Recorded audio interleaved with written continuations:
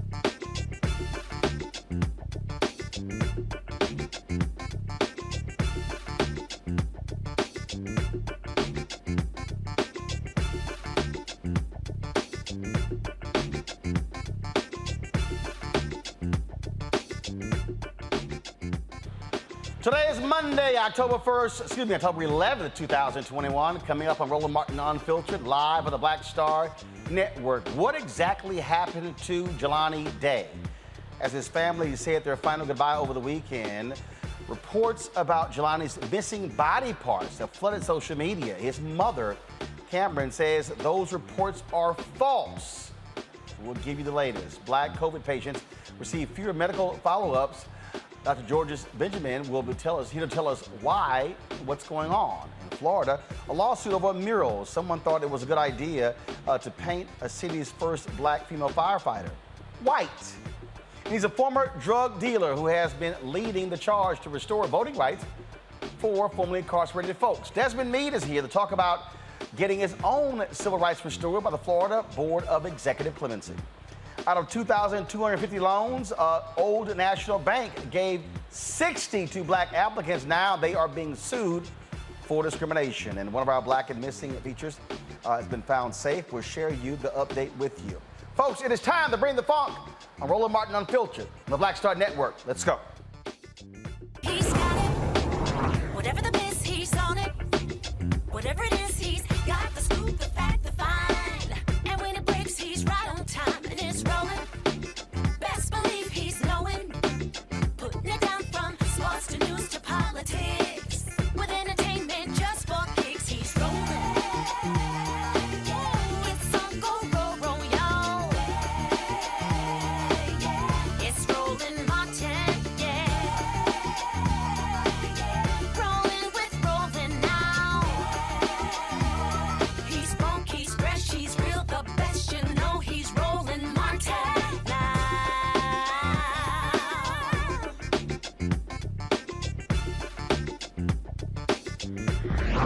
Martin. What exactly happened to Jelani Day? That is the young African-American man, Illinois State University student. Of course, with mystery comes speculation. Now, the Chicago Sun-Times reported a second autopsy conducted by the family's private forensic pathologist found Jelani was missing his brain, liver, or spleen. However, Jelani's mother, Cameron Boldenday, posted this to her Facebook page. Some things need and have to be clarified. No organs were missing. I do not want to stray off from the facts. There are contradicting facts from the first preliminary autopsy compared to the second independent autopsy.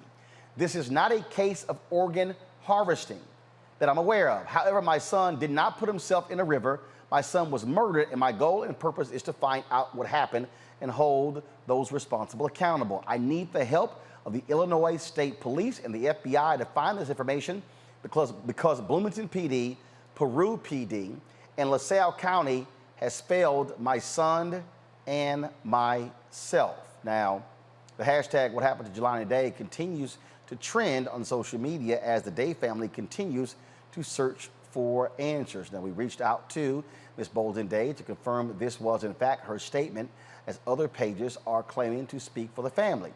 Now, Jelani's funeral was on Saturday, and they are not doing any interviews at this time. So, folks, if you want to know what's going on, tune in to Black-Owned Media, where we will give you the latest. We're going to be following up with Jelani's mom and family just to be able to give you a sense of exactly, again, what is taking place. This is critically important, folks, because you got to have the right information. And speaking of the right information, you might recall last week we spent a lot of time focused on what's actually happening with HBCUs. A lot of people have been responding to the reports that came out from Newsweek, from the Associated Press as well, talking about HBCUs. Now, the Biden White House, they've responded to that because, again, a lot of people were getting this stuff wrong. They put this out on Saturday, late Saturday. Fact sheet, the Biden-Harris administration's historic investments and support for historically black colleges and universities. And then you see it lays out the history and things along those lines, okay? Now, this is what they wrote here. The American, let me just pull it right here. The American Rescue Plan provided over $4 billion in relief funding for HBCUs, including approximately $1.6 billion in debt relief to 45 HBCUs, 13 public institutions, and 32 private institutions. Fiscal year 21 grant funding from the Department of Education, $1 billion to build the capacity of institutions that serve large numbers of students of color and low-income students. $500 million of this funding went directly to HBCUs. Fiscal year 22 budget request. A request of a total of $887 million for HBCU specific funding in the Higher Education Act Title III funds, an increase of $247 million over last year's level. That would triple the mandatory Title III funding at the Department of Education to $252 million. Now, again, what it says, the president's right here, it says Title III mandatory funds provide formula grants to all HBCUs to invest in capacity building initiatives and student success programs, okay? Lays out what that is. Teacher quality funding. It says through the fiscal year 22 budget request and the Build Back Better plan, President Biden has proposed $60 million for the Augustus Hawkins Centers of Excellence program to support teacher preparation programs at HBCUs and minority serving institutions. And then it goes on to talk about the executive order and a number of issues that they have done. And also federal agencies must submit plans by February 1st of each year to describe how they are increasing HBCU access to federal programs and improving federal recruitment activities at HBCUs to build pathways to federal employment. And so it lays out all these things right here, okay? And so, so it talks about the Build Back Better plan, includes a $5 billion increase in funding for HEA Title III and Title V, which can be used by HBCUs, tribal colleges and universities, and MSIs, blah, blah, blah, blah, blah. And then it says, recognizing the historic underfunding of HBCUs and other institutions that serve large numbers of students of color, the president's plan also would invest $40 billion in upgrading research infrastructure, half of which would be reserved for HBCUs, TCUs, and MSIs. Now, let's go to my panel to talk about this here again, because of folks, this is all about information that's fact-based, not the crap that you hear all over social media. Dr. Omokongo Dibinga, professorial lecturer, School of International Service, American University. Dr. Julian Malveaux, Dean, College of Ethnic Studies, California State University, LA. Kelly Bethea, communication strategist. Glad to have all three of you here. All right, Julian, I want to start with you. You're president emerita of Bennett College. This is the thing that folks are still sending this thing. They're still sending that Newsweek article around. You know, I spent the weekend responding to people saying, y'all might want to pay attention to black-owned media, where you actually have the facts on what's going on. The Associated Press screwed the story up. Newsweek had an intern write their story, and all these folks been sitting here sharing the Newsweek story. And I had, like, even today, some guy, I can't remember his name because somebody sent the story to me, and I saw it, jumped on it, and responded to him saying, dude, this is a lie. Stop spreading lies. Now, this is also not about, ooh, are you trying to protect Biden? No, I'm trying to protect the truth. And the reality is this, Julian, the HBCUs in the last 18 months have received $7.3 billion. I talked to members of Congress. Some HBCUs have gotten more in federal funding in the last 18 months than their own states have given total. That is kind of important if we're going to talk real and talk factual. You know, Roland, the regard that the mainstream press has for HBCUs is reflected in the fact that they would have some intern, let me roll my neck, some intern, you know, write a story that's inaccurate and not rush to correct it. We just not that important to them. But you're absolutely right. With Kamala there, a Howard University grad, with Brother Biden, I only call him brother when I want something, but when Brother Biden, who has said he has HBCUs back, and has the head of former president of Delaware State leading the HBCU initiative from the White House, I don't think that we have much to complain about. There's a lot of work that needs to be done, certainly. Infrastructure is a huge issue. But at the same time, again, the ignorance that the mainstream media has about HBCUs is reflected in the way that they cover us. There should be stories about where this money is going. There should be stories about the young people who are getting scholarships. There should be stories about the expansion. When I was at Ben, I increased the number of young people traveling abroad by a factor of 8. That's a story. Never got covered, wouldn't get covered. This is why Roland Martin, black media, so important, because these people would denigrate us, reduce us to pitiful folks when we know that we have an administration that is taking some care of us. Now, they could do better. I'm not going to say that they're perfect. They could do better. But the fact is that, as you say, some states, especially southern states, where the PWIs in those states get goo-gobs. Ole Miss gets more money, the University of Mississippi, more money from the state of Mississippi than any of those small Alcorn, other HBCUs in the state of Mississippi. Ditto, North Carolina A&T University has to fight for every penny they get. You know good and well what happens in Texas, because that's your state. And so those are the stories, how we're attempting to close the funding gap. And those are the stories that will not be told unless we tell them. And Congo, I've actually jumped on some folks' page and saying, y'all look like damn fools for repeating stories white media's dropping, but y'all won't bother to retweet anything from this show. Y'all won't bother to actually retweet real information or post real information. We did 3 segments last week. And again, to everybody who's watching, because again, some of y'all love running y'all mouths, let me explain to y'all. There are 3, and Julian, you know this, there are 3 main lobbying groups for HBCUs. Yes. NAFIO, Thurgood Marshall Fund, UNCF. Those are the 3 main. We had NAFIO and Thurgood Marshall on last week to lay out the facts. Then we followed up with Dr. Walter Kimbrough, who's been the president of multiple HBCUs, who's the president of Dillard University, who also laid the facts out. And all these folks here, they don't want to sit here and repost none of that, but they would rather repost a lying Newsweek article or an Associated Press article and not what is fact-based, where we actually heard from them on Congo right here on Roland Martin Unfiltered and the Black Star Network.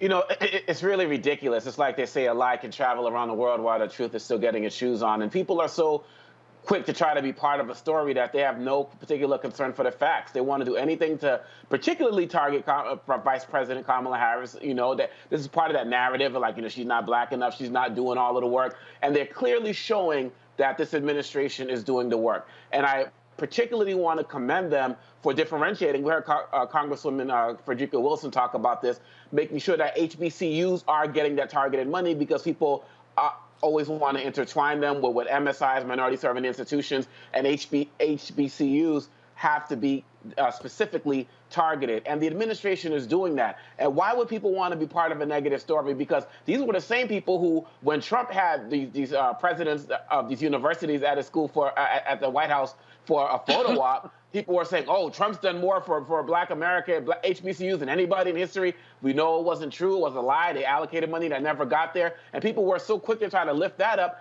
and they didn't care that the fact that that was a lie. But right now, we got facts, we got receipts, we got documentation, and people still want to be caught up in this narrative. And so I commend what they're doing. Like Dr. Malvo said, they need to be doing more. But look, at the end of the day, we need to be working, like you said, with Black-owned media who are out there putting out the truth. Roland, it's not that hard to get the facts. It's not that hard to find the truth. Turn on Roland Martin Unfiltered. Look at your social media posts. People are actually actively trying to tear people down who are doing the right thing and using lies to do it. And the fact of the matter is, there's enough about the administration that we can critique. We've been doing it here, talking about Haiti, talking about other things. But like you say, when you do bad, we'll talk about you. When we do good, we'll talk about you. We got to talk about the good and get rid of all of this nonsense of people who just want to put out these lies on a story that should be positive. You got 50%, 80% of judges coming from HBCUs, 50% of America's teachers coming from HBCUs. These are the stories that have to be told, and I'm glad that this funding is going in the direction that it needs to be going. And Kelly, you know, Reese always talks about this here. You know, I'm not sitting here begging people to send anything out, but it's amazing to me how I see a whole bunch of Negroes reposting something they see on CNN, MSNBC, and hell, we may have discussed it 2, 3, 4 weeks earlier. Okay, won't repost it, and then folk go, well, why the media getting it wrong? In fact, apparently, and again, I don't watch Bill Maher's show because he's full of shit, but I saw over the weekend, apparently, Killer Mike was on HBO Real Time with Bill Maher, and apparently he repeated that HBCU story that we now know is a lie. And I sent Killer Mike a text, when I heard about it, I sent Killer Mike a text message, and I said, Mike, here are the facts, okay? Here are the facts. And he said, I'll check it out. And somebody sent him a tweet, I'm trying to find it, and who they took exception to what he had to say, and he said, what you should be doing is calling out the mainstream media folks who did the story. I'm not going to find the actual tweet, but that's the real deal here. And what I keep saying to these black folks who keep falling for the okie doke, and I'm going, I mean, like, I've actually talked to members of Congress, been on the phone with them, folks who've walked me through funding, who talked about what HBCUs are getting and how much. And we're only talking, see, here's the other deal, Kelly.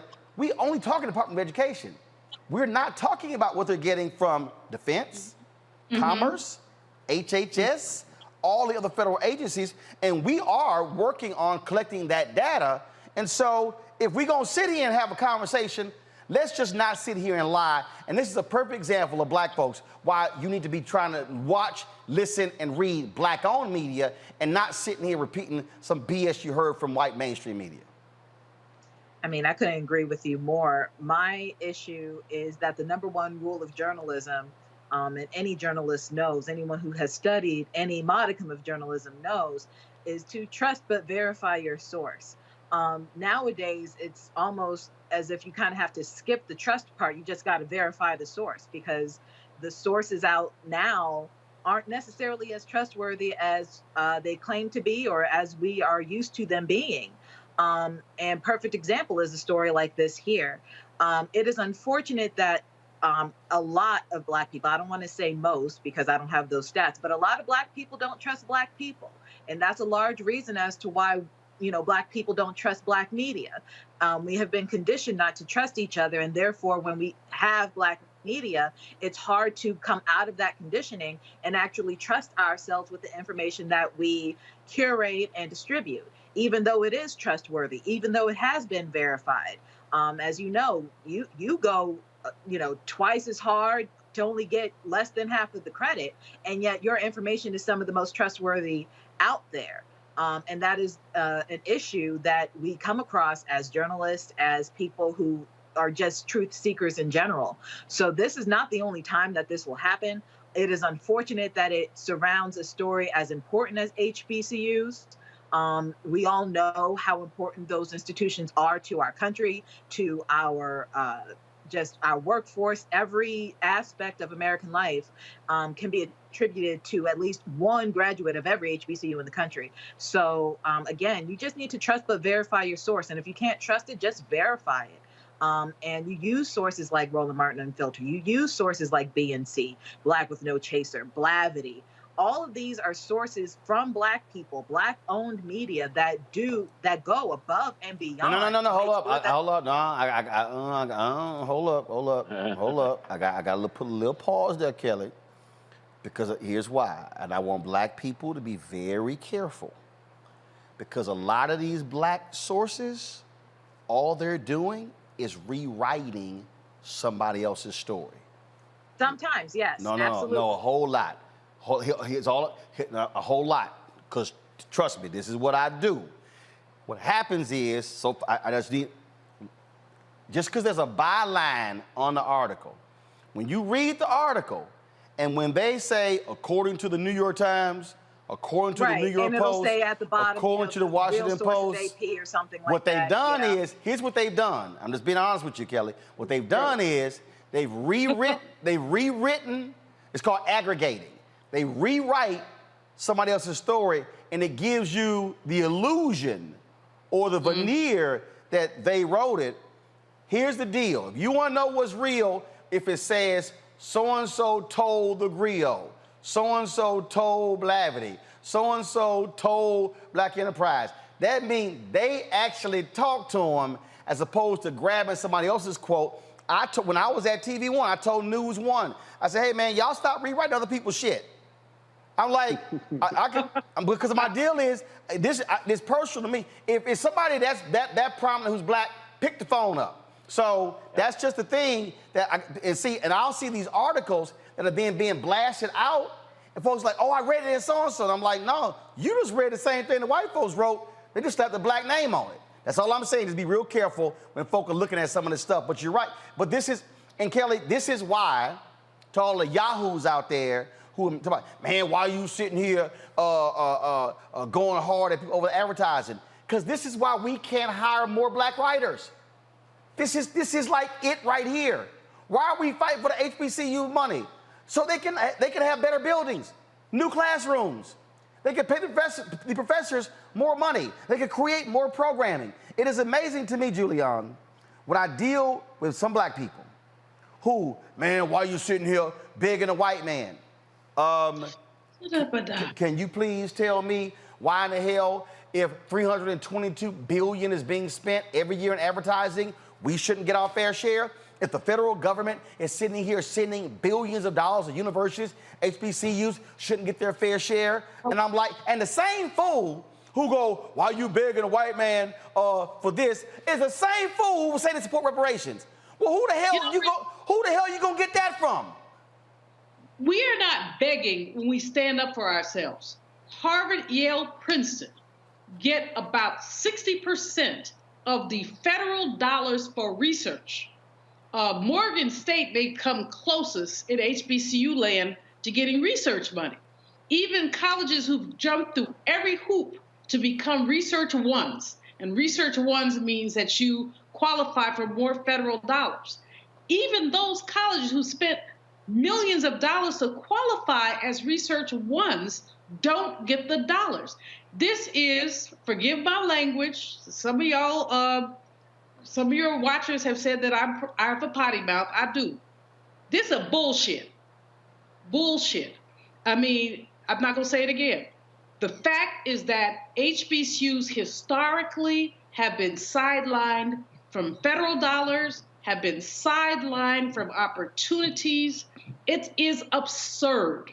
And this, again, Newsweek, somebody needs to just take them off the newsstand, because they should call them non-Newsweek. When I saw that piece, I was like, who wrote this? And now you telling me it's an intern? They would not have an intern write a piece about research at Harvard. They wouldn't do that, or they'd have somebody fact check it. And so Kelly is right about the sources, but we also have what fact checking? I mean, back in the day when I was a baby girl and just started in writing, they fact check everything I wrote, including the and the. I mean, fact check everything that I wrote, because I do have a tendency to be hyperbolic. That ain't the point. But the point is that you can write anything about Black people and nobody cares. Roland, I cannot tell you how incensed I am about the ways that HBCUs have been attacked by these white people who are crazy. And let me just call it that, crazy. They do not want to see Black people thrive, and they will do anything to stop it. And telling lies on us, all kind of lies on us, is part of that. All I'm saying is, folks, y'all get the real deal here. And when something, and y'all need to understand, when something jumps off, I'm not chasing behind the New York Times and the Washington Post and the Wall Street Journal and USA Today. I pick up the damn phone. Yes. I text folks directly.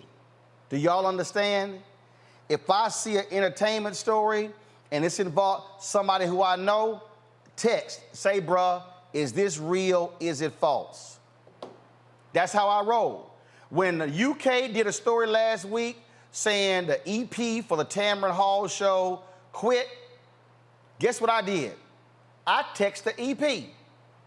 See, y'all need to stop falling for the okie doke and understand when we fight for dollars for Black-owned media, we are fighting to hire more Black journalists, Black reporters, Black producers, Black editors. That's why we're trying to do this, why we're trying to build this, because I'm sick and tired of somebody else controlling our narrative.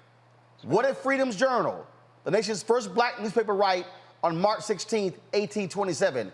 We wish to plead our own cause because two others have spoken for us. That's the point, okay? Got to go to a break. When we come back, we're going to talk to Dr. Georges Benjamin about why are Black people not getting the follow-up care after they battle COVID. That's next, right here on Roland Martin Unfiltered, broadcasting on the Black Star Network. Download the app today.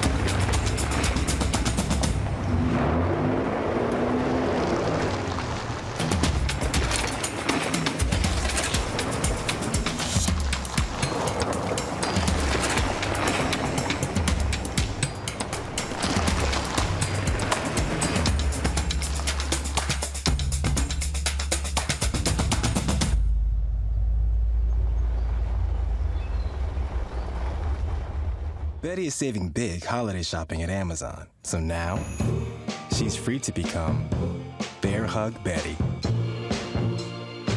Settle in, kids. You'll be there a while. Ooh, where you going?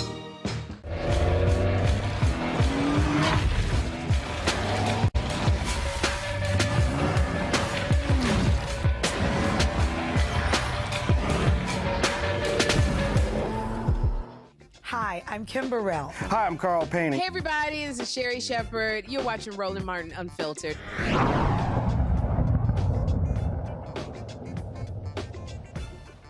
A new study says Black folks get fewer medical follow-ups after contracting coronavirus. The study, conducted by a group researcher at the University of Michigan, surveyed the health outcomes of more than 2,000 COVID patients in Michigan 60 days after hospitalization. Well, the results found more than 50% of patients of color were readmitted to the hospital within 60 days after being released. Black people were more than 65% more likely to experience moderate to severe financial impact because of COVID-19. The study also revealed it took Black patients 35.5 days to return to work, the longest delay of any racial group. Now, right now, the U.S. is reporting more than 45 million COVID cases. 733,000 people have died. Joining us now from Washington, D.C., Dr. Georges C. Benjamin, Executive Director of the American Public Health Association. Doc, glad to have you back on Roland Martin Unfiltered. This is an important story because, first of all, if we're returning to work later, that's resources that we're losing. It's folks who also don't have proper health care. And so put this study in perspective. Roland, this tells you that the conditions in which existed, which resulted in people being sicker and dying sooner and getting more exposed to COVID, didn't change. These folks, of course, as you know, didn't have paid sick leave. They were also out in the workplace, and that's why they got exposed to the disease. And that's why we had disproportionately impacted in communities of color. And then when you take that person, you put them in the hospital, their underlying medical diseases don't go away. The disproportionate number of high blood pressure or diabetes or kidney disease. So when they go home, they're going back into the same dysfunction without adequate health insurance, without adequate social supports that they had when they went into the hospital. And so it is not a surprise that they then went back into the hospital in a disproportionate number. And that just tells you how challenging our health system is for people of color. And if we're going to fix this, we have to fix the fundamental systems that people live in and the support systems that they have if we're going to make sure that people don't die sooner and don't get sick more often. And the thing that also, again, that COVID exposed, and we always knew it, you knew it, the reality of these two Americas, one black and one non-black. And so this to me is the outgrowth of that. So the question is, what is being done to fix it, to repair it, to end it? Well, we know the things that cause disparities in healthcare. Number one, access to healthcare. So I got to tell you, right now, the Congress is debating making sure that they expand health insurance coverage, particularly in those states that didn't expand the Medicaid program. And by the way, those were disproportionately states with communities of color. So that means that we need to make sure that in this new infrastructure bill, they fix expansion of healthcare and don't put it by the wayside, which is one of the debates that they're having right now. The second thing is the differences in the quality of care received within the healthcare system. And that means we have to demand equitable, quality of care in these systems. And quite frankly, that means making sure that we have physicians that are culturally competent, more physicians that look like me, and that were trained in places like historical black universities, and getting those folks that are in the community more access to their patients so that, we can make sure they get the same quality of care throughout the system. And that also means the systems have to provide better oversight to make sure that these patients are getting that care. And then, a lot of those patients in that study were in the long-term care system. And we really need to have much better long-term care reform. Because at the end of the day, it makes no sense for someone to leave the hospital supposedly much better and then return within 30 days. That means that fundamentally probably should not have left the hospital in the first place. Right, and it is just look, it's one of those stories that we have seen that again we should be constantly pushing folks for answers because of the impact of COVID. Let's go to Omakongo. Your question for Dr. Benjamin. You got one? Oh, most definitely. First of all, thank you so much for your efforts and the work that you're doing here. I wanted to know, do you feel like, because I'm thinking about a story of a black professor who went to the hospital and died. I can't remember her name, but she said, her son was saying they didn't listen to her. They didn't pay attention to her. So what can be done as it relates to making sure, and you kind of hinted at it just now, but making sure that in real time, these doctors now, these medical staff now are paying attention to what we're saying, because I'm wondering if that's part of the reason that we're not going back is the treatment that we're getting when we go in the first time.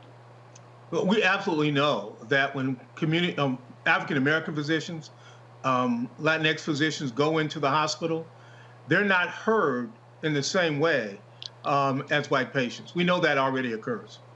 We also know that different assumptions are made about those patients when they come in. There are assumptions made about their basic lifestyle, what they're doing, what they're thinking. And quite frankly, that's because physicians aren't listening to their patients as well as they need to. There's no doubt about that. By the way, it's not just physicians. It's the whole system. It's nurses. People get discharged when they shouldn't. If we discharge you, it's really your problem about what your housing situation is. When no. The health system has a role in making sure that when they discharge you, that you have the adequate supports. So that says a lot about poor discharge planning for some of these patients. Kelly. Hi. Something that I was kind of taught by family and the like, especially when it comes to hospital care, is how to advocate for yourself, in that, making sure that when a doctor denies you a certain test or a certain procedure, that you say on spot, please put on the record that you denied me an MRI. Please put on the record that you said that I shouldn't have this kind of prescription because of X, Y, and Z. And that way, it's kind of like a cover your ass type of maneuvers, just in case something happens with your health after you leave.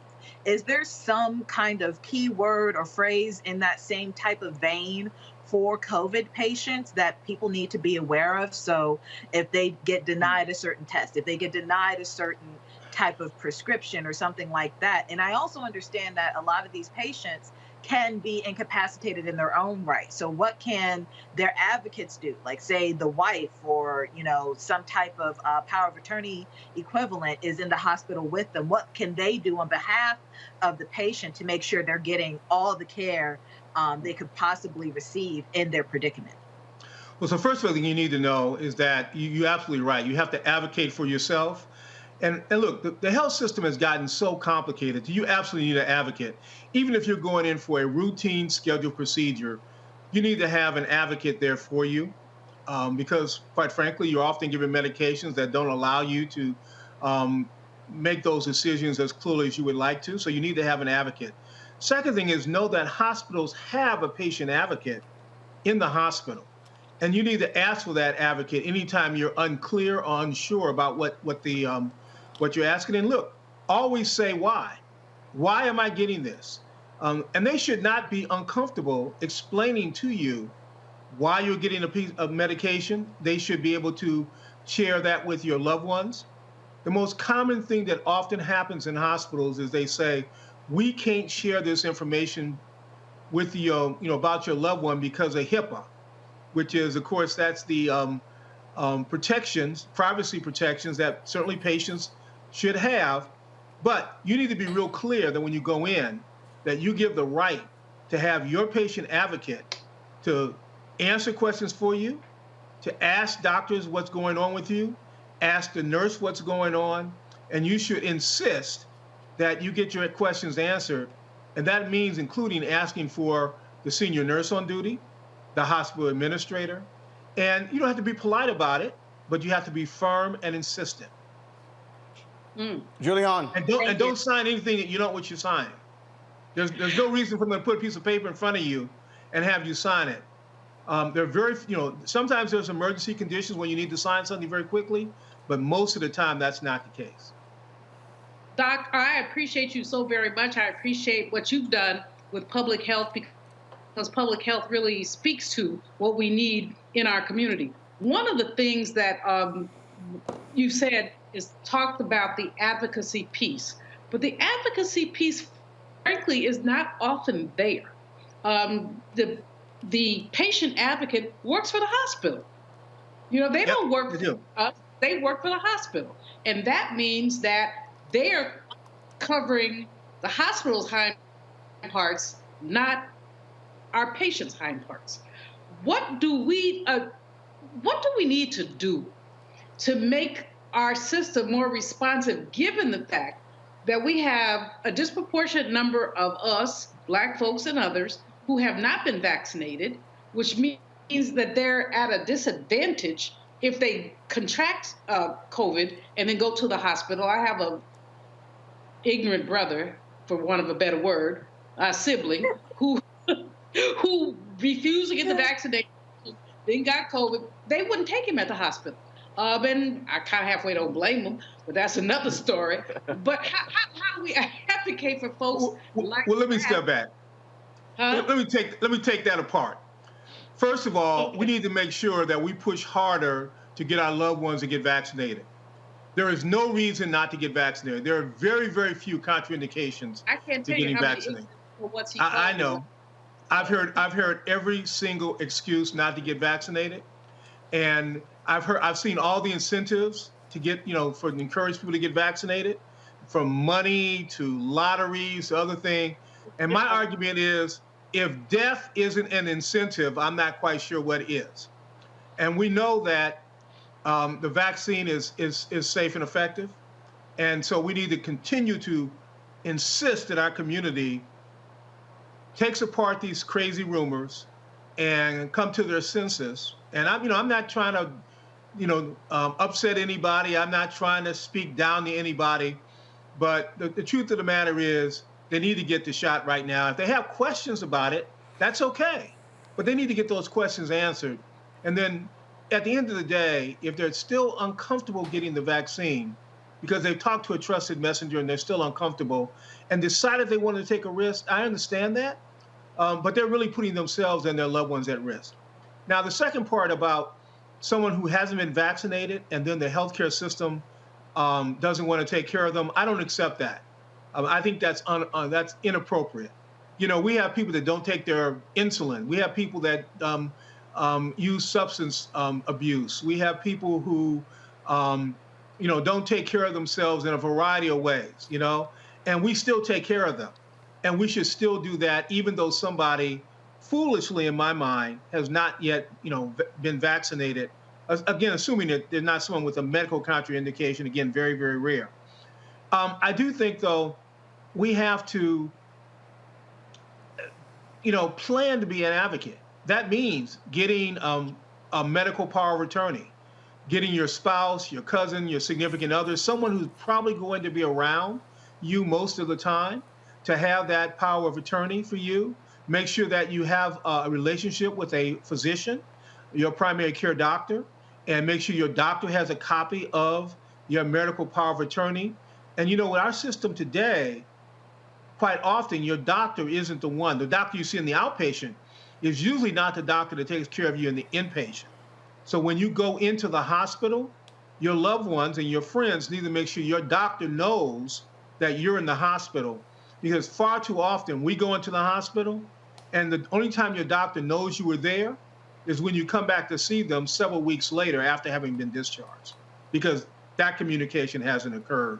And that's one of the first things you need to do, is make sure your doctor in the outpatient setting talks to the doctor taking care of you on the inpatient setting. And that's something you can and your families can advocate for. All right. Dr. George Benjamin, always great to have you on the show, giving us the information. We certainly appreciate it. Thanks a lot. Thanks, Roland. All right, folks, got to go to a break. When we come back, more on Roland Martin Unfiltered right here on the Black Star Network. Don't forget to support the show by downloading the app. It's on all available platforms, of course, Apple phone, Android TV, Apple TV, Samsung, Roku, Amazon Fire TV, as well as Xbox, and as I said, Samsung Smart TVs. You can also support us by joining our Bring the Funk fan club. Our goal is to get 20,000 of our fans annually to contribute a minimum of $50 each. That's $4.19 a month, 13 cents a day. All you gotta do, you can give to Cash App, PayPal, Venmo, Zelle, Cash App, $RM Unfiltered. PayPal is R Martin Unfiltered. Venmo is at RM Unfiltered. Zelle is Roland at RolandSMartin.com. Roland at RolandMartinUnfiltered.com. And remember, you give to YouTube, appreciate that, but we only get 55% or 55 cents of every dollar you give. They keep 45%, so if you give to us direct, we got all 100% we can put right back into the show. So please do that. Got to go to a break. When we come back, Desmond Meade, we'll hear from him, finally gets all of his rights restored. You're watching Black On, Unapologetic, Roland Martin Unfiltered, Black Star Network. Back in a moment. Oh, that spin class was brutal. Well, you can try using the Buick's massaging seat. Ooh, yeah, that's nice. Can I use Apple CarPlay to put some music on? Sure, it's wireless. Pick something we all like. Okay, hold on. What's your Buick's Wi-Fi password? Buick Envision 2021. Oh, you should pick something stronger. That's really predictable. That's a really tight spot. Don't worry, I used to hate parallel parking. Me too. Hey, Really outdid yourself. Yes, we did. The all-new Buick Envision, an SUV built around you, all of you. Once upon a time, there lived a princess with really long hair who was waiting for a prince to come save her. But really, who has time for that? Let's go. Feeling myself. I'm feeling She ordered herself a ladder with Prime one-day delivery, and she was out of there. I want some hood girls looking back at it and a good girl in my tax bracket. Now, her hairdressing empire is killing it. And the prince, well, who cares? Prime changed everything. Hello, everyone. I'm Godfrey, and you're watching Roland Martin Unfiltered. And while he's doing Unfiltered, I'm practicing the wobble.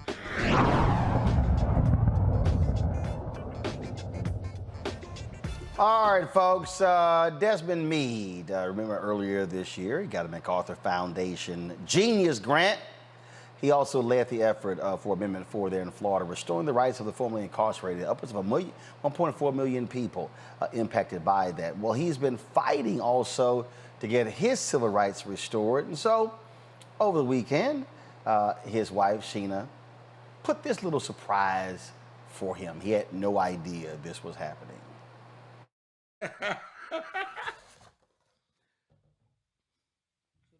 Wow. When did this come in? Come in, Nick. I have to read this. Show everybody what it is. Oh. Bam. Clemency. State of Florida.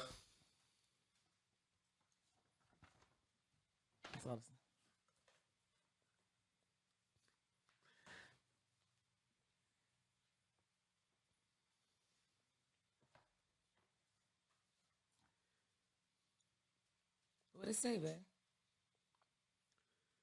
It says State of Florida Office of Executive Clemency Certificate. Whereas the governor, with the approval of the requisite members of the Florida Cabinet, filed an executive order on 6/23/2021 with the Secretary of State in compliance with Article 4, Section 8A of the Florida Constitution, which grants to Desmond Meade, known as Desmond B.B., the restoration of civil rights, except the specific authority to own, possess, or use firearms for any and all felony convictions in the state of Florida, and or restoration of civil rights in the state of Florida for any and all felony convictions in any state other than Florida, or in any United States courts or military for which this person has not heretofore been granted clemency. Now, therefore, I, Michelle Whitworth, as coordinator of the Office of Executive Clemency, pursuant to said executive order and by virtue of the authority vested in me by the governor, with the approval of the requisite members of the Florida Cabinet, do hereby issue this certificate to Desmond Meade, and the same shall be evidence to all persons that this person is restored to all civil rights in this state, except the specific authority to own, possess, or use firearms. Lost by reason of any and all felonies this person may have been convicted of in the state of Florida, and or any felony conviction in any other state, federal, or military court. Wow.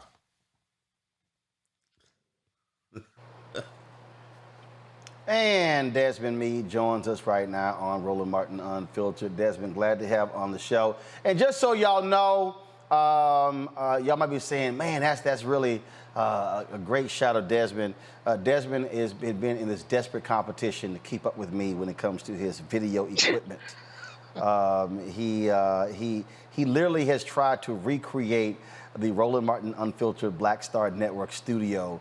And so I buy something, I put it on Instagram, all of a sudden he'll get it as well. And so y'all can thank me for Desmond's shot looking this great. And his wife keeps telling him, stop trying to compete with Roland. Well, hey, listen, you got that right, though. You set a high bar, though, Roland. I got to give you that. And you encourage me and motivate me to keep getting better and better with this equipment. I'll tell you that. Well, you're looking good. You're looking good. Well, you got a little emotional there. How long had you been waiting and fighting to get that letter? And Roland, since I think I applied somewhere around 2007, 2008, so it's been well over 10 years, man. And you know, my wife has been trying to get me to look at that clip all weekend, and I just kept refusing to because I know it was been emotional for me. So just hearing you replay that again is getting me a little bit emotional because there's been a lot of weight and burden I've been carrying. You know, earlier this year and last year, with the governor denying, you know, my pardon application, you know, but you know, I had to keep a strong face because, you know, we're fighting for something just bigger than me. But, you know, it did hurt that, you know, I didn't get a pardon. It did hurt that, you know, that I didn't get my rights restored all the way, you know, but I'm happy now, man, because at least that part is out of the way now, you know. One thing that Sheena said in there that I don't think you showed was that, you know, many years ago, yeah, I could have probably gotten my rights restored but as a special favor, but everybody else would have been left behind. And I purposely did not want to just leave everybody behind. And so, listen, I got my voting rights back through Amendment 4. 1.4 million people came along with me.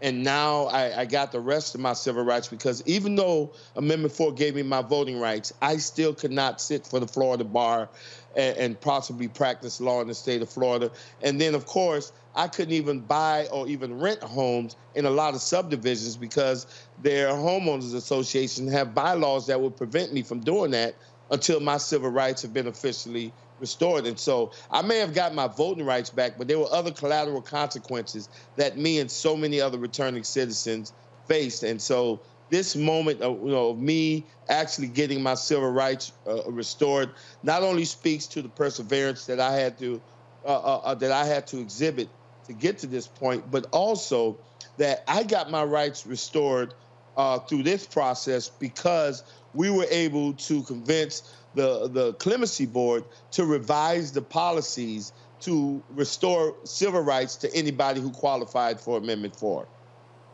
Explain, you walk through that, and that's the thing that a lot of people don't understand.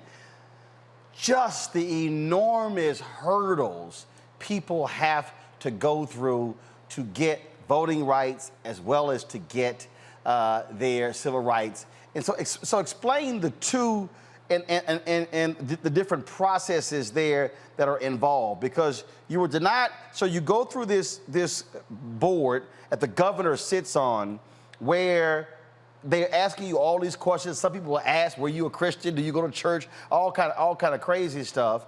But the civil rights piece is a different piece. Yeah. So prior to Amendment 4, Roland, you know, the civil rights restoration, you know, you had the right to vote, the right to run for office, the right to sit on the jury. Those are all intertwined into the civil rights restoration process. And prior to Amendment 4, man, we're looking at people that was waiting over 10, 15, sometimes as long as 17 years before even having a hearing in front of the governor and his cabinet. And then when they get there, they have to go through those dehumanizing questions and get persecuted all over again when that was not the intent of the clemency process. And so what Amendment 4 did was extrapolate voting rights out of the civil rights bundle and say, okay, well, you know what, once a person finishes their sentence, they might not be able to do the other things, but they're going to darn sure be able to vote. And that was what we felt was the most important thing of those civil rights, was being able to vote, and that's what we targeted with our Amendment 4 campaign. And so once we passed that, folks got their voting rights back, but then there's these other collateral consequences that's attached to the remaining civil rights that folks still needed to get in order to move on with their lives, you know, get employment, housing, and education. You know, all of these are important things that returning citizens need to not only successfully reintegrate back into their community, right, but to really truly realize the American dream. You going through this, I mean, obviously has been helpful in that it puts the campaign, the Florida Rights Restoration Coalition, your campaign, where you're able to explain that, hey, you're just not an advocate. You literally were fighting for yourself. And so what has been the reaction from other individuals who now understand that it wasn't just them, it also was you? Has that been important in conveying and talking to funders and talking to other elected officials about this issue? Because you're not just an advocate, you literally were one of the very people who you're fighting Roland, for. there's a lot of different conversations to be had here. You know, when I think about the returning citizens, and we've had many of them reach out to me, I mean, it's been overwhelming. And it really moves me, man, because folks are being energized and they're given hope. You know, like my book, Let My People Vote, that I put out there last year. You know, it all serves as a point of motivation and inspiration to returning citizens, knowing that there are other people that's walking in their shoes. But then on the flip side, though, when I'm talking to even donors or if I'm talking to elected officials, right, from the governor on down or whatever, I'm telling them, wait a minute.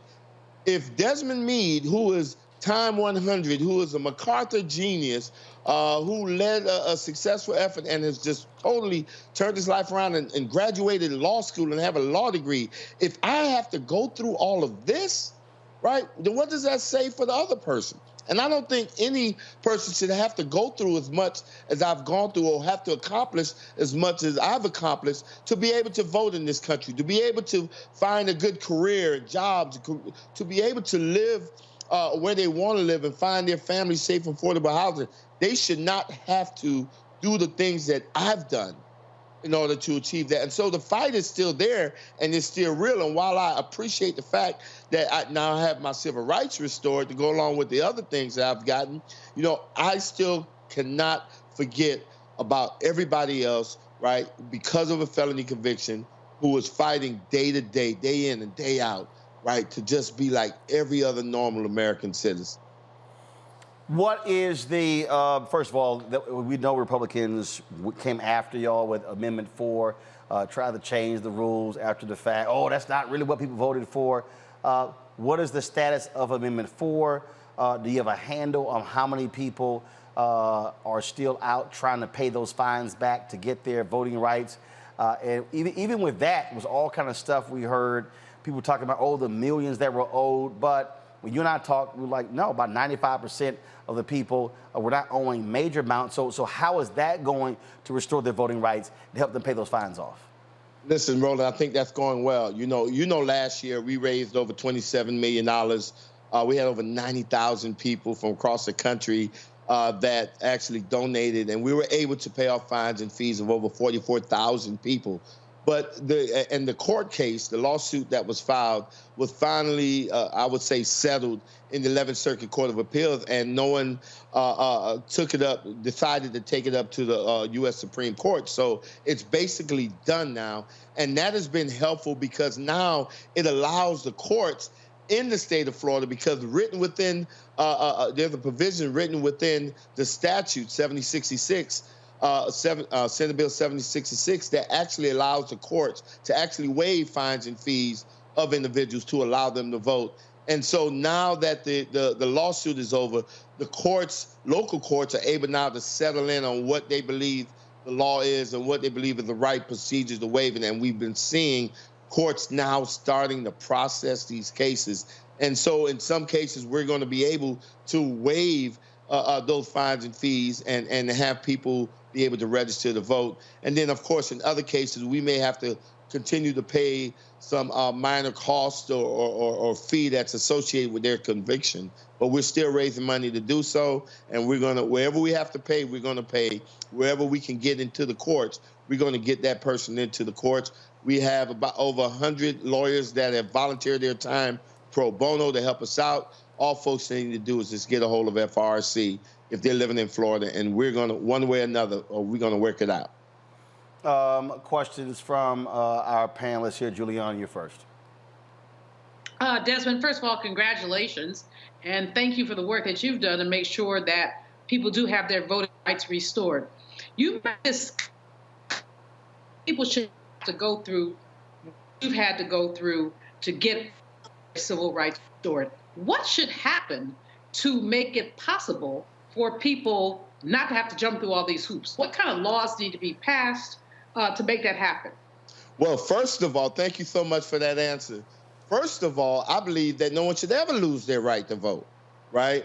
You know, voting is like the most telling symbol of citizenship that we have, I believe.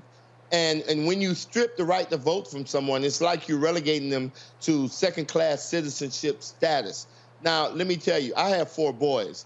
And Roland, you met a few of them. And you know, when you have boys, sometimes they can do some boneheaded things. But one thing I realize is that no matter what my sons do, they never stop being a me. They never stop being my sons. And I don't think that an American citizen should ever stop being an American citizen. We see it in a couple of states, in Maine and Vermont, where a person never loses the right to vote. And so that's the first thing. Let's get to that point. But if the country is not ready to get there yet, then at the very bare minimum, once a person is through with their confinement, right, if they're released back into their community, let them vote, right? Because if they're paying taxes, right, then they should be able to have their voices heard, right? If they're a part of the community, they should be able to have a say in what type of education their kids are getting. They should be having a say in how we're addressing public safety, right? They should be having a say in how their communities are governed, period, because guess what? They are American citizens, and that's a right that they should always have. Makongo?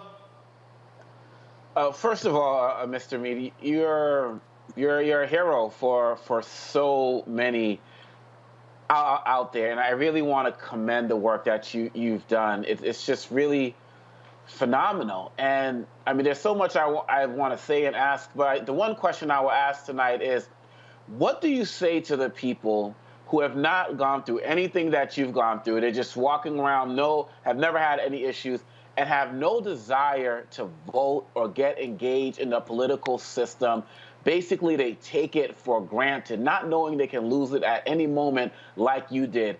All of the stuff you had to do, what would you say to people who just still don't want to engage in the voting process? Tried to get me riled up with that question. Let me tell you. First of all, before I answer that question, let me just say this, because I heard you mention the word hero. You know, let me tell you, man, one of the things, I don't know if you've seen the list of the MacArthur Genius Fellows, man. One thing that was historic was the fact that there were 2 people on that list who were formerly incarcerated. Myself and Brother Reginald Dwayne Betts, who is a lawyer, a poet, and all things in between.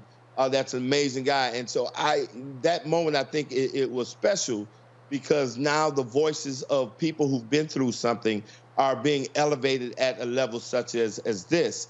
And it's helpful because the folks that don't vote, right, the folks that walk around and take their vote for granted, you know, I say to them, number one, because some of these folks think that there's no value in their vote, and I tell them that if there's no value in their vote, then why are folks trying so hard to stop them from voting, right? There's obviously some value there, because folks are going above and beyond the call to prevent them from voting. That in itself should be telling.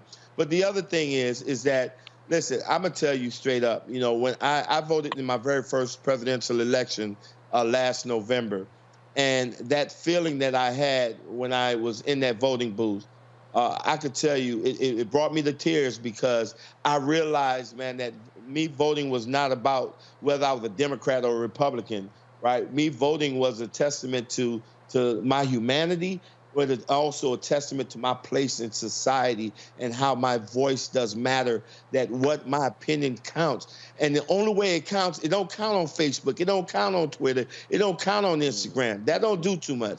But what would make it really powerful is when you go in there and you vote, because that's the one place, that's the equalizer in that voting booth, right? You got just as much power as Bill Gates or Jeff Bezos when you go and vote. And I would encourage folks that, listen, don't let your power just lay wasted on the ground, right? Because there's so many people that has died for it, so many people that have fought for it, and you need to be a part of this process. We need you to be a part of this process, because when we all get engaged, especially in voting, that will create a vibrancy in our democracy like we've never seen before, and it will hold a lot more of these elected officials accountable.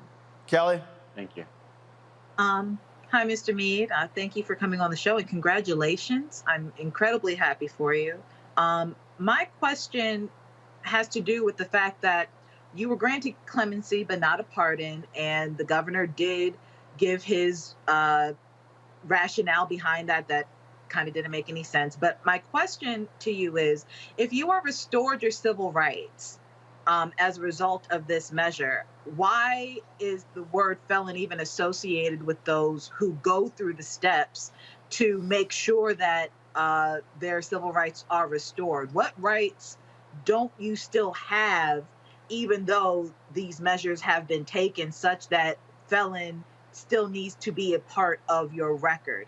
And further, if it's not an expungement, exactly what is it if you are going through all of these measures to be cleared? And technically speaking, you are cleared by way of your civil rights being restored to you. Why the stigma? Why is that still attached to your name? That's a great question, and it has nothing to do with the clemency process. I'm glad you asked it because, you know, we fight so hard to help to shift the narrative. One of the things is, number one, we don't even refer to people like myself as felons, all right? There are different identifiers that folks across the country use. In Florida, we use returning citizens. Some folks use justice impacted individuals, and some use just formerly incarcerated persons. But what we do know that, first and foremost, we're people. But that word, that stigma, felon, right, comes from the same practice that we've seen our country use. Matter of fact, we've seen them use it to almost perfection in the bombing of Hiroshima and Nagasaki, right, where a country just killed like thousands of innocent women, men, and children, right? But they were only able to do so by creating a narrative that dehumanized the Japanese people and desensitized the American people as to their humanity. And they've done such a great job that when the United States dropped that bomb and obliterated these thousands of individuals, rather than there being outrage, there was celebrations in the streets, right? And that's the same way that they've done, especially with the minority community. When you talk about putting that word felon next to our name, all that does is dehumanizes us and desensitizes you as to the plight that we're facing. And we've seen actions of it. And, you know, we talk about George Floyd, Sandra Bland, and all these other cases, but these was going on years before, but the people in charge or our supposedly allies never gave us any credibility when we were fussing and we were complaining about police brutality and use of excessive force in jail and prison conditions. No one ever, we weren't the perfect client because we were felons.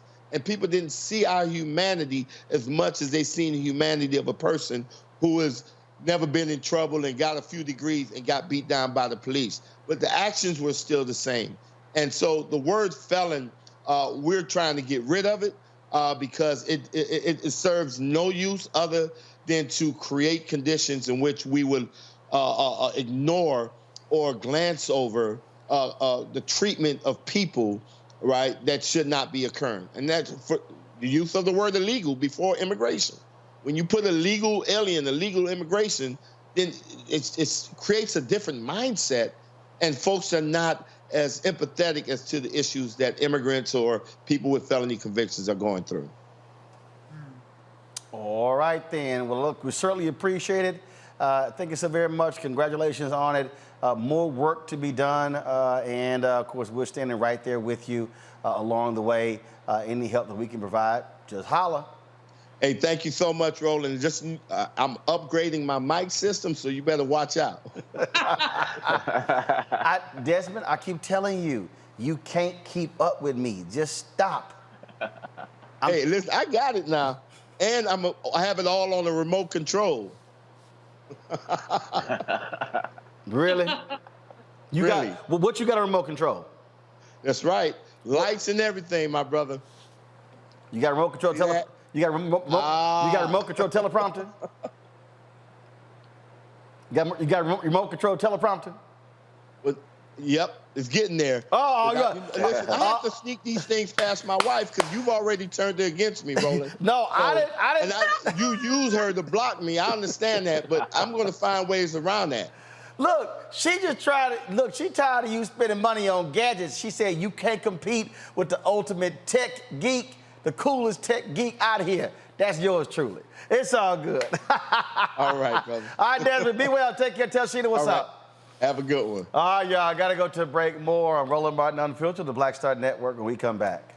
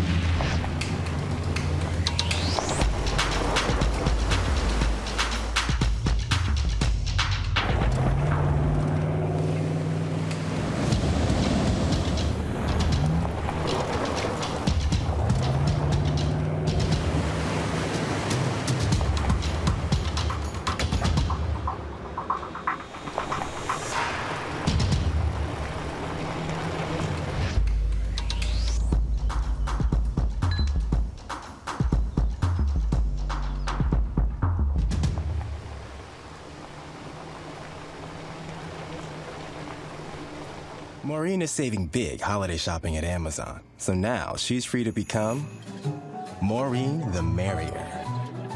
Food is her love language, and she really loves her grandson. Like, really loves. Hi, everybody. This is Jonathan Nelson. Hi, this is Cheryl Lee Ralph, and you are watching Roland Martin Unfiltered.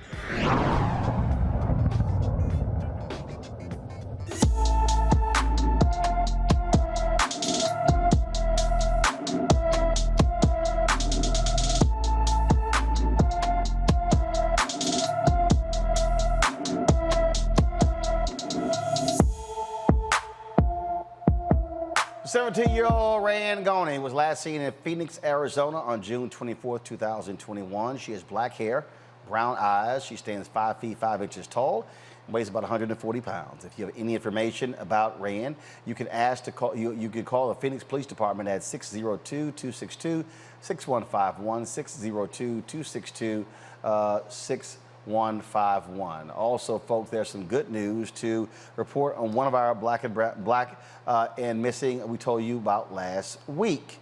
After being missing for a month, 30-year-old Kayshawn Cookie Smith is safe and back with her family. The Los Angeles County Sheriff's Department confirmed Kayshawn was found at a Los Angeles area hospital on Thursday. She is reported in good condition, so thank God that she is safe. Folks, in Florida, a black female firefighter files a lawsuit over a mural depicting her with a white face. Latasha Clemens, the first black female firefighter in the city of Boynton Beach, says the mural intended to honor her and others for their service to the city reflected her as a white member of the city fire department. She provided a picture for the mural. A mediation session will take place on November 30th. Clemens became the city's first black female firefighter in 1996. That's a strange story. Folks, after leaked emails reveal a racial tirade against the head of the NFL Players Association, Jon Gruden remains in hot water. Of course, he's the head coach of the NFL's Las Vegas Raiders. He used racially insensitive language to describe DeMaurice Smith, who was black. Email was sent in 2011. Gruden, who was white, was working as the lead analyst for ESPN's Monday Night Football at the time. He sent the email to the president of the Washington football team, in which Gruden wrote, DeMaurice Smith has lips the size of Michelin tires. This summer, the email was discovered as part of an NFL review of workplace misconduct at the Washington football team. This has led to a lot of conversation. He apologized, said he had no racist bone in his body.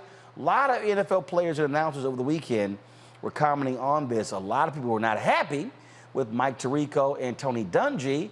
They said who gave Jon Gruden a pass last night. Let's go to my panel here. What should happen here, Makongo? He says, meant no ill harm, no racist bone in my body, addressed the team.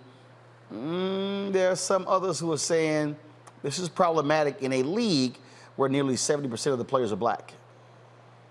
Absolutely. And, the NFL, when it comes to issues relating to race and racism, they like to do things for show, making sure they have a bunch of black entertainers at the halftime show, playing the black national anthem. And they like to do these things for show, but they need to get down to actual fines, suspensions, all of these types of things. They have policies for people who abuse illegal substances. And so why are they not doing anything as it relates to this? At the end of the day, this is a organization that penalizes people more for abusing substances than abusing their spouses. And I haven't seen any real repercussions for anything racialized that has happened in any way, shape, or form. And then we see people on the opposite side, like a Colin Kaepernick, who actually fight for racial justice and can't get a job within the league.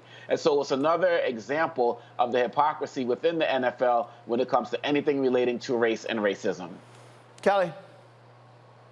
I just find it funny how white people will disparage African-American features, predominantly African-American features, yet want it on their own bodies, by and large. Now, granted, this is a man who's talking about another man. However, the irony still just isn't lost on me.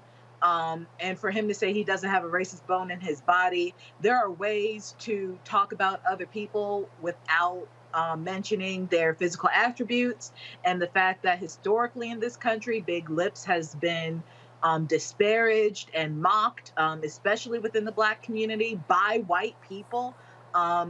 He's either really dumb, really dense, or both, to think that there is no undertones of racism here, no racial undertones in his language, in his rhetoric.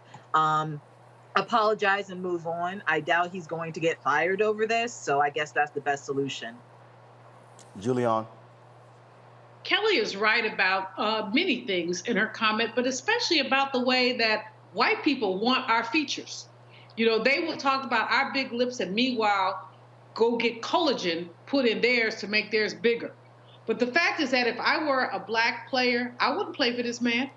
I mean, he can say he doesn't have a racist bone in his body. He does. We know what the depiction of Black people throughout history has been, that reduced our features and exaggerated our features and all of that. So this is really, quite frankly, disgusting. Now, we can say, okay, this happened 10 years ago, whenever he did it, but that means he's always had a racist bone in his body. He thought it was okay to describe one of his players that way. No, he's not going to be fired because white people don't fire each other for talking ugly about Black people. But like I said, if I were a player, which of course that's like if I were God, but if I were a player, I would play for his behind. I would even speak to him. That is disgusting, and it is consistent with the way that Black people have been depicted and treated in our society.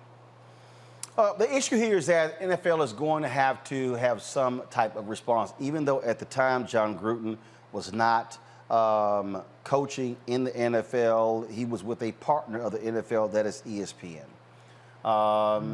And remember, the investigation was dealing with the Washington football team because of the sexual harassment claims that were leveled against that league. This was uncovered in those emails. You have those, though, Omakongo, as I said, Mike Tirico, Tony Dungy. There are others who have said certain things and who said, they pretty much are defending, him over this. Yeah, it's really sad. And one of the things we also have to be mindful of, this came out, 10 years ago. We have to understand that there are probably a lot more emails by these guys that are going to surface. And so Dungy and Tirico, I wish they would say the NFL needs to do more to combat racism as opposed to giving people a pass. And I didn't hear their comments, and maybe they said it was older and so on and so forth. But if these guys who make these comments 10 years ago or whatever don't check themselves when it first happens, don't find the people to apologize to when it first happens, they're not serious about these apologies. They're just getting caught up in the moment. I think if we go down the history and find more of this investigation, there's going to be a lot of comments that were made about players, about individuals. And so I think some of these other guys who are saying, oh, you know, it was a while ago. They're probably concerned that some things that they may have said that might have been sexist or homophobic or Islamophobic or whatever are also going to come to light. And maybe they're trying to give a little bit of cover for themselves later. Who knows? Should it matter, Kelly, that it happened 10 years ago? No. I think that the emails are just as relevant now as they were 10 years ago. I would not be surprised if you find emails from yesterday saying something very, very similar. Racism has no expiration date, and neither should an apology. Juliana. You know, locker room conversation denigrates women, denigrates black folks, and it's all okay, and everybody yucks up about it. When you make some comment, this is why women have had such a hard time, you know, covering sports, because so many men have such little respect for them. And this is why so many African-American players, especially a couple decades ago, have had a hard time, you know, breaking into some sports or being accepted or being sportscasters because there's been so little respect for them. No, it doesn't matter that it happened 10 years ago or 20. What matters is that the NFL says this is unacceptable. And that's what I think there's a reluctance to do when you get these other people making excuses. It's like saying, oh, it's okay, it's just a joke. Well, no, you cannot joke about my lips. You cannot joke about my identity. Those are not jokes, those are attacks. It's what I would call linguistic genocide. In other words, we're basically killing people, not with guns, but with your words. And it's unacceptable. All right, folks. Again, I got to go to a break. When we come back, we'll talk more about Unfiltered, about a variety of topics. And, of course, some of them we still want to get into that for you to break down. Also, we want to talk about banking lawsuit. This is really important. This bank is being sued for not providing loans to African Americans. Also, folks, do this. You've seen the ads that are running from Amazon and Buick. Folks, you can do this here. First of all, Amazon, Buick, and Nissan. What you can do is you can actually hit the link that's in the description for more information on these advertisers. We appreciate them supporting Roland Martin Unfiltered. And so, we'll take the break. Be back in a moment. Oh, that spin class was brutal. Well, you can try using the Buick's massaging seat. Ooh, yeah, that's nice. Can I use Apple CarPlay to put some music on? Sure, it's wireless. Pick something we all like. Okay, hold on. What's your Buick's Wi-Fi password? Buick Envision 2021. Oh, you should pick something stronger. That's really predictable. That's a really tight spot. Don't worry, I used to hate parallel parking. Me too. Hey. Really outdid yourself. Yes, we did. The all-new Buick Envision, an SUV built around you. All of you. Once upon a time, there lived a princess with really long hair who was waiting for a prince to come save her. But really, who has time for that? Let's go. Feeling myself. I'm feeling She ordered herself a ladder with Prime one-day delivery, and she was out of there. I want some hood girls looking back at it and a good girl in my tax bracket. Now, her hairdressing empire is killing it. And the prince, well, who cares? Prime changes everything. Hey, I'm Amber Stevens-West. Yo, what up, y'all? This is Jay Ellis, and you're watching Roland Martin Unfiltered.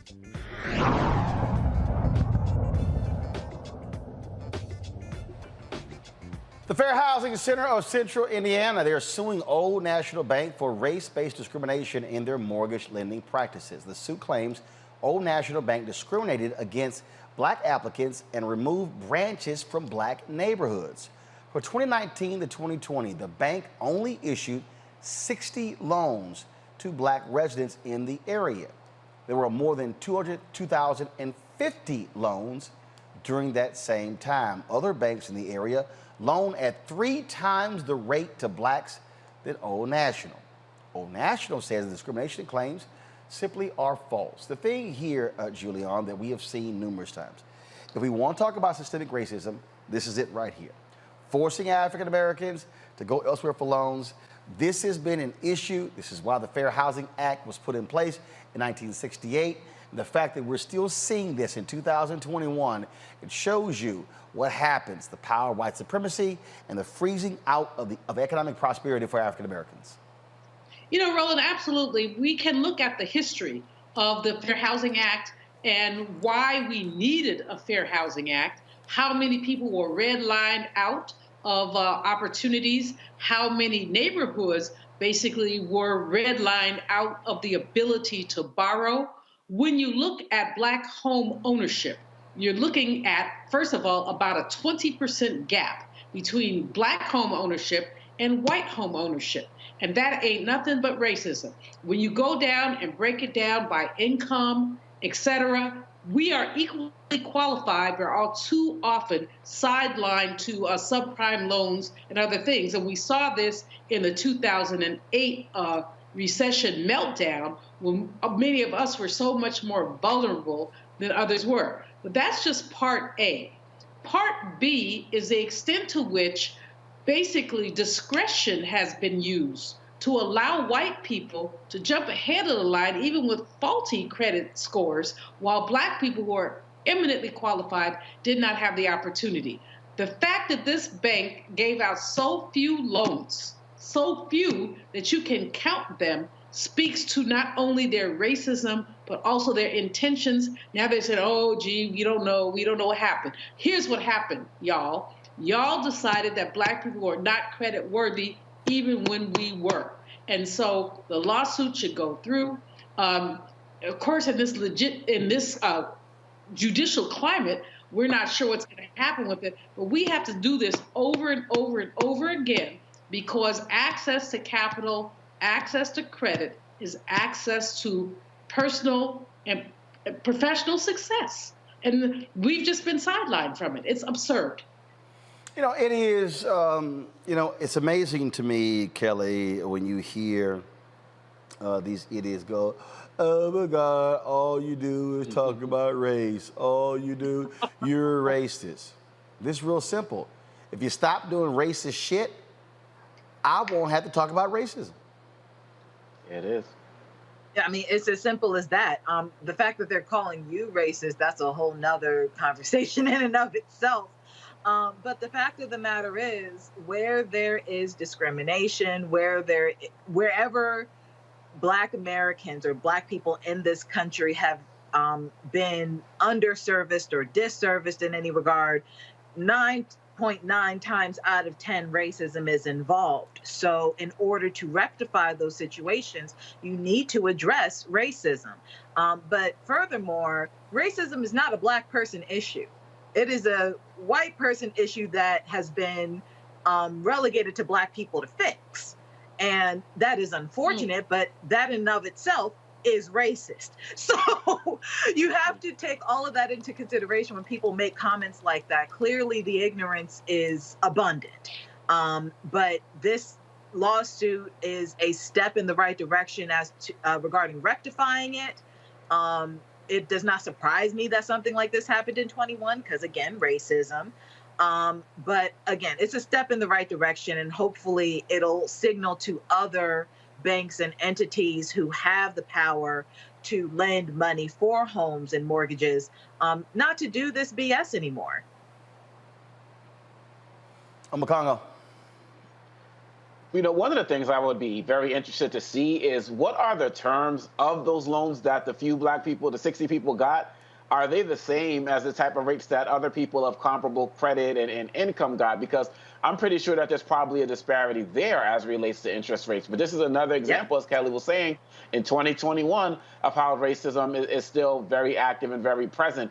And it's throughout the entire housing industry, whether we're talking about the loans, whether we're talking about the neighborhoods many of us feel that we're able to move into, but even the appraisal process, where stories come out talking about, well, if you're Black and selling a home, take down anything that shows that you're Black, African art, pictures of your family and the like, because your house will get appraised less. There was one story with a Black woman who brought in a white man to pose as the homeowner, and the house got appraised at $100,000 higher. And so this racism is still present in the industry today, and it's terrible because all of us are just fighting to get to that next level in terms of our lives. But organizations like this bank, are preventing that, and I'm glad that this lawsuit has been filed, and I'm very interested to see what the terms of these loans are for the Black people who got them compared to the other people who got loans from that bank as well, because I think there's another there as well. And as I said, you know, people don't understand when you're denying the mortgages, you're forcing African Americans to go pay higher rates elsewhere. This was a part of the subprime loan lending crisis.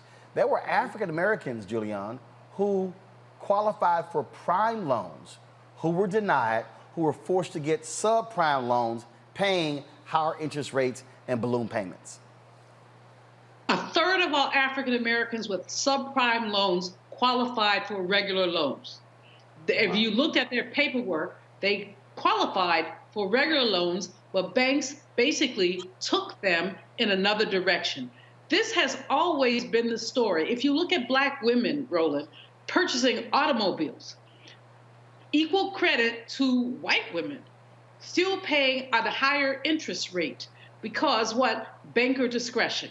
This discretion allows people who have financial power to essentially use their bias, and some people call it unconscious bias. I call it conscious bias. But it allows them to use their bias to extract more money from Black people. This is called predatory capitalism on steroids, and it happens over and over and over again. We do everything we're supposed to do.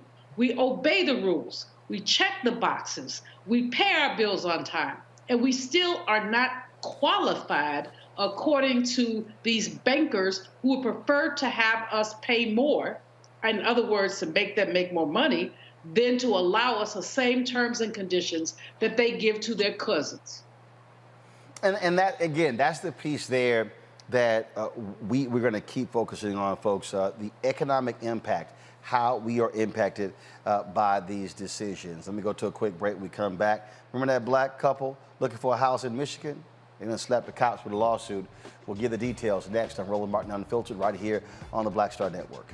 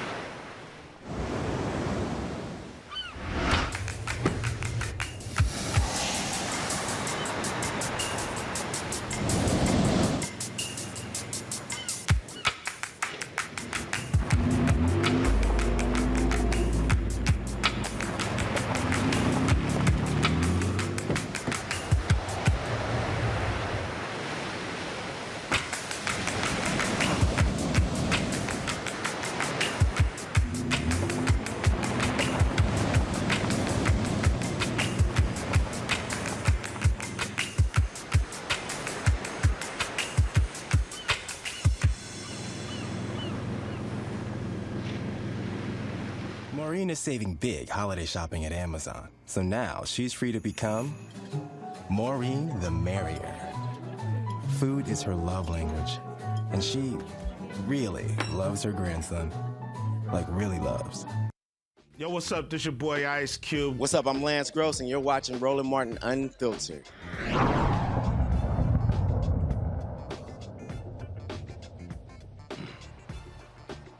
After being handcuffed during a home viewing in Michigan, a Black father, his son, and their Black realtor have filed a federal lawsuit. Realtor Eric Brown was showing the home to Rod and Samuel Thorpe. Well, Wyoming police responded to a 911 call from a neighbor saying a former squatter returned to the home. Police officers surrounded the house with their guns drawn, ordering the men out of the home. Officers handcuffed all three of them, and once Brown proved his identity, police let them go. The men are now suing for unlawful detainment, excessive force, violations of equal protection, assault and battery, false imprisonment, and intentional infliction of emotional distress. The Wyoming City Police Department denies race played a role in the incident. Really, Kelly? I mean, again, if something like this happens in America, 9.9 times out of 10, racism is involved. I mean, I just have no further comment other than these people just need to get their act together. They need to understand that Black people exist. Black people are going to be buying homes. Black people are going to be living in this country. pretty much in perpetuity, and they need to get over it and stop acting like something that they do or say is going to hinder that or erase that reality. All of them need to be fired. That in and of itself is a fact. But yeah, this is ridiculous. You know, this is the thing that we hear a lot about Congo that happens. Black folks just trying to go out looking for a crib, you know, and all of a sudden cops get caught on you. I remember when I was in Austin, Texas. I remember I was helping a woman move into an apartment. We were moving into the apartment. It was nighttime. She worked in the daytime, so did I. And a cop car pulls up. Then another car, then a third car pulls up, and she was like, "Oh hell no!" She was hot, and they're like, "Well, we got a call," and she said, "I'm sorry, we were moving shit into the apartment, into." Right. She's like, "Wow, we weren't taking stuff out. We were literally walking into the apartment with stuff, walking out of the apartment empty-handed." And 3 cops showed up. It reminds me of that Chris Rock joke when he's talking about the cops making him think he stole his own car. And, you know, the way they question him, he's like, wow, maybe I did steal my own car. And, you know, what's so sad about this is we see all these different hashtags that get created. And one of the saddest ones for me was the whole wild black thing, which just speaks about what you're talking about. Every single aspect of normal American life, we have had the cops called on us. Moving in, moving out, Airbnb, sleeping in a lounge in a college room, trying to get a house. And when these situations happen, these officers who are not well trained, they insist on doing the most. And some people are going to say, well, hey, at least they weren't shot. But seriously, that's going to be our bar? When people are trying to do their job and they have to, these guys, the man and his son and the realtor have to walk out, turn themselves around, walk backwards at gunpoint? This is ridiculous, and there's a certain level of low expectations that people have when they think that, oh, as long as they survive, that's okay. I'm glad that they're getting sued. What else is this police department going to say other than they weren't racist? But hey, as Johnny Cochran said, you know, hit them in their pocketbooks, and the hearts will follow.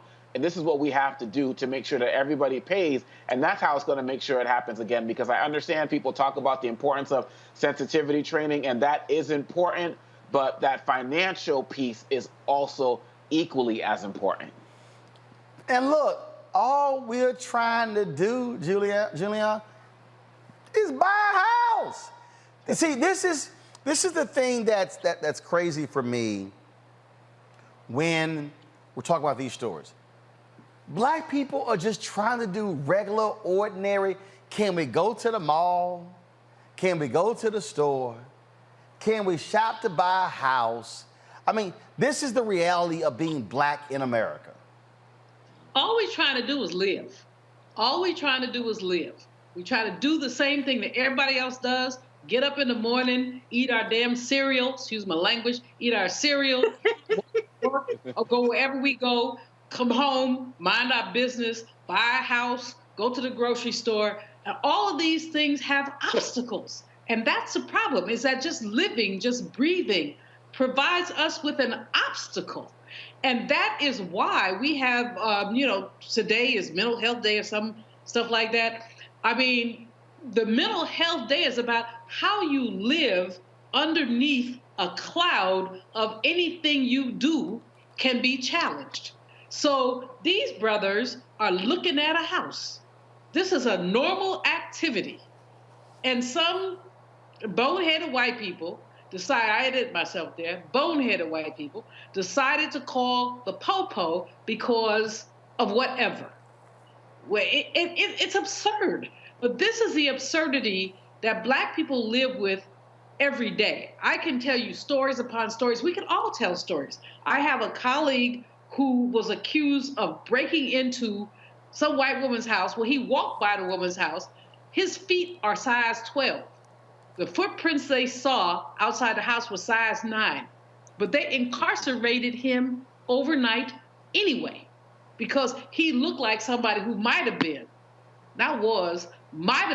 a criminal. And this happens over and over and over again. And it's a wonder all of us just don't go crazy. and some of us have.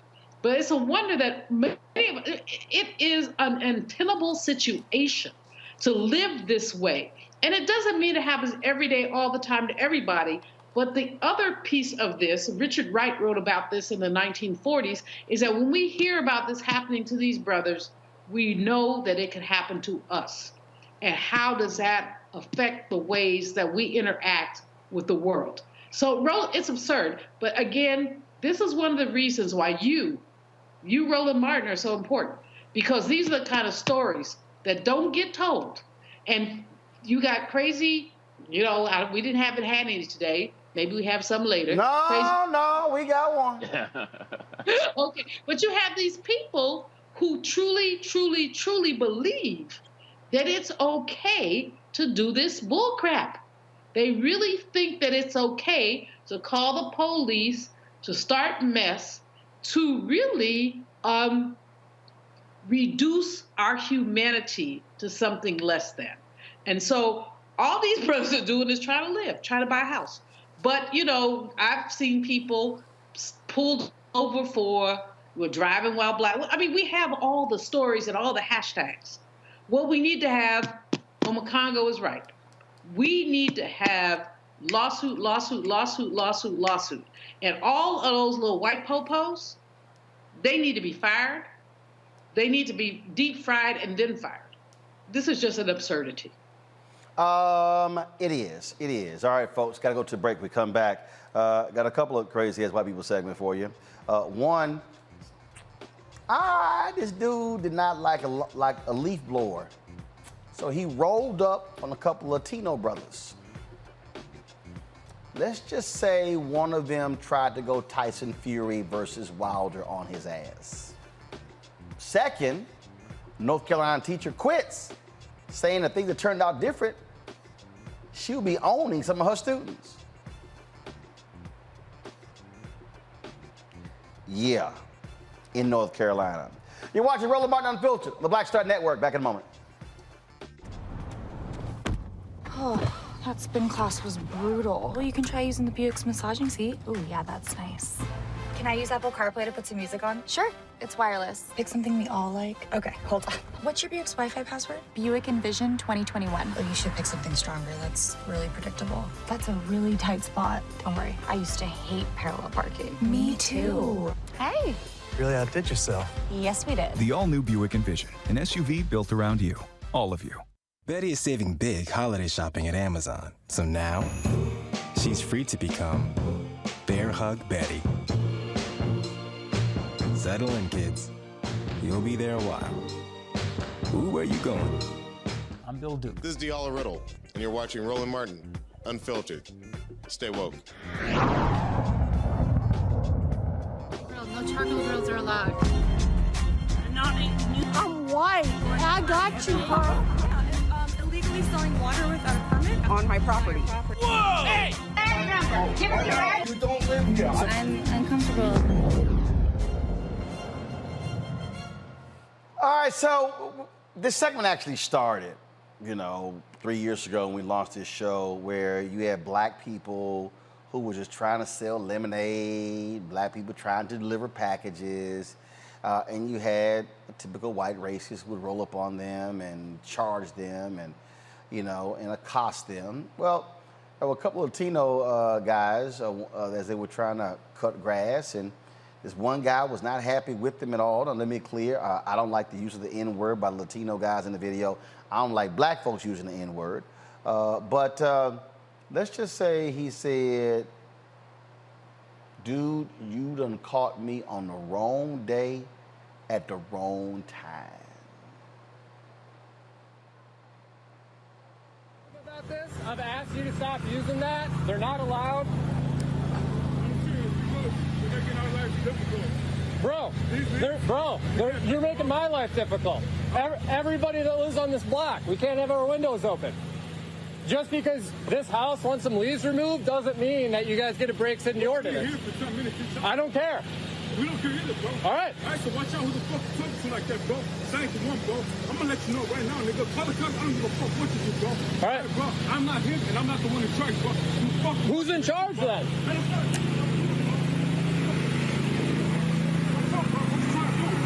Dude, are you? What's up, bro? You gonna get in my face? All right, I'll leave. I'll leave. Nigga, I ain't going, bro. No, I'll leave. Listen, nigga. What's up, bro? Hey, what's the what? I'm gonna leave. I'm gonna leave. What's up, bro? What you trying to do? I'm leaving, man. Right, I'm bro. getting out of your face. Get the fuck out of my face, bro. I will. Because I'm not the one, bro. All right. All right. All right, bro. All right. I appreciate you, nigga. All right. We're working hard, bro. All right. You to come fuck with us, bro. All right. All right. I'm getting out. I'm getting out of here. I'm getting out of here, man. I'm getting out of here. Wow. What's wrong, Kelly? I'm sorry, Roland. That shit's too funny for me. Kelly, what's wrong? Why you think so? We all cracking up because this shit is funny. Wow. What was it? But my man got butt naked with his stuff. Now the one that got me was, did you not see his homeboy clearly throwing up? They set. Watch this. See, y'all missed that. See, his homeboy. Y'all didn't see that, huh? See, his homeboy knew this gonna go viral. So let me go ahead. This has got 3.1 million views. My man took his shades off, his hat off. He took the hoodie off. He went straight at. He's like, I'm about to get butt naked. Now, hashtag Team Whip That Ass was about to be unveiled. Here's what I don't understand on Makongo. If you got a problem, go to the homeowner. Yep. Hello. Yep. That's and you know, it's like, you know, none of us here, you know, want to see, you know, violence happen or anything like that. But one of the things we say every time we do this segment is that people are tired. And I can guarantee that that is not the first time that brother has had to deal with something like that before. And he lost it, shirt off, flexing. You know, you thought when the shirt was going to come off, it was going to be like a six-pack or something like that. Dude didn't care. He got and flexed on the brother. Like, they mad, you know, and it's like, we don't, and I'm glad that the guy backed off, but it's like you said, go to the homeowner, you know the address, you know where the person lives, handle it that way. Why are you going to come out with the camera and put these guys, like you said, who are just doing their job on blast like that? Did he expect that they were just going to get in the car and just say, oh, sorry, sir, and just drive off? People need to be careful, man, because folks have had enough. Dr. Marveau talked about it earlier, just trying to live. They didn't sign up for all of that. And we don't want to see the violence happen, but we understand why people are mad. And I'm glad the guy backed off because I didn't want to see a physical altercation. Go talk to the homeowner. Handle that like real people should. It's getting intense out there, man. I mean, but what that was about right there, Kelly, was, man, I'm not tired of you. I guarantee you that was not the first time that somebody had gone at him. And he was like, ain't him. Yep. He was like, you should talk to one of them. He said, I'm not the one, bro. He's not. And honestly, no one should be the one. Minding your business is the freest thing you can possibly do, and yet people act like it is so expensive they cannot afford it. Like, he was doing his job. You know what I'm saying? Like, he was doing what he's getting paid to do, and yet someone is imposing upon his space and his place of work for what? You know what I mean? And yes, I'm laughing because the entire thing is just comical on its face. But in reality, it is disturbing to think and to see why people feel like they have the authority and the unmitigated gall, the caucasity, to just do whatever they want as if they own everything. I mean, they don't. You know what I'm saying? And regarding him saying the N-word, that is not something that I condone. But in all fairness, we don't know whether this man is black in any regard. Again, Kelly. I don't care. I don't like the word whatsoever. Kelly. But I'm just saying. Kelly. I'm just saying. Kelly. Yes, sir. You know damn well the person with the phone wasn't black. Oh, no. I'm talking about the person who was, approaching the guy with the phone. He was the one who said it. We know he ain't black. He was the one who said it. He ain't black. You know what? At the end of the day... Bottom line is, look, there are a lot of Latinos out there who use the N-word. Again, I don't like it at all. But here's the piece that it boils down to, Julianne. Black and brown people are tired of being accosted for being. This dude should have complained. The homeowner hired them. Precisely. That's who you talk to. You don't go, oh, we can't open our windows and the other neighbors, so I need you to stop. No, you go to your neighbor who's the homeowner. Well, there you have it. The word that Kelly used that I have been using increasingly is caucasity. It's the way that these people simmer themselves in their whiteness, which makes them think they simmer themselves in, which makes them think that they in charge of everything. So they roll up on you to say anything to you about something that has nothing to do with them. And if they minded their own you-know-what business, then these kind of altercations would not occur. The fact is that we all have to live in this world. We see increasing diversity. We know that the white population is dropping. Hello, hello, hello. And as it drops, these threatened people feel like they can just roll up on folks and say stuff. And Omakongo, I love you dearly, my brother, but I wouldn't mind seeing a little violence. Okay, it wasn't just me? Okay. Walking around with no more love, people. We need more love. More love. Can of whip ass. Just a can of whip ass. And when folks go crazy like this, use that can of whip ass or mace or something. Just say, we ain't having it. And okay, now I'm supposed to be, erudite and all that, and I'm a college dean and all that. So I guess I didn't say all that on air. But more of us need to walk around with a can of whip ass. That's all I have to say. Hey, I'm just trying to tell folk, just let folk alone. Just let them alone. All right, y'all, North Carolina, a teacher has resigned after reports she was treating her black and white students differently. The Winterville Charter Academy teacher allegedly told black students that if it were not for the Constitution, they would be her slaves. In another incident, a black student was called a monkey by a white peer. When the black student asked the teacher to help, she responded, "We're all a little bit racist." The principal confirmed the teacher will not be returning on campus and that culturally sensitivity training will be made for the teacher who had resigned, along with current and future staff members. Okay, Roland. What part of North Carolina? Didn't matter. It's North Carolina. But what part of North Carolina was this? What city was it? Winterville. Where is it? I don't know. You were president there. I ain't live there. I ain't living on Winterville, obviously. You were in the state. Well, that's a big state. The South is special. The South is very special, and these white people in the South feel like they still think the Civil War is being fought. They call it the conflict or some stuff like that.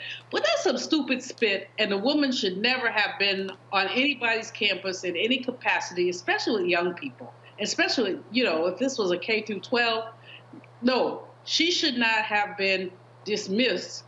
Again, okay, I'm going back to my violence era. Mama and Daddy should have came and got her. The city apparently is south of Greenville. Okay. Mm-hmm. You asked. I know. Okay. It's all rural. You get in rural, and they still think that the Civil War was like still being fought. I mean, they still act like they can do whatever.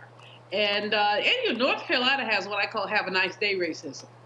It's not like regular, just N-word racism. It's like, hi, how are you? N-word, have a nice day. And North Carolina, not the only one. I'm not picking on North Carolina. You can get in Mississippi, Alabama, Louisiana. But in any case, if I was that child's mama, you wouldn't be having a segment on crazy ass white people. You'd be having a segment on crazy ass black people.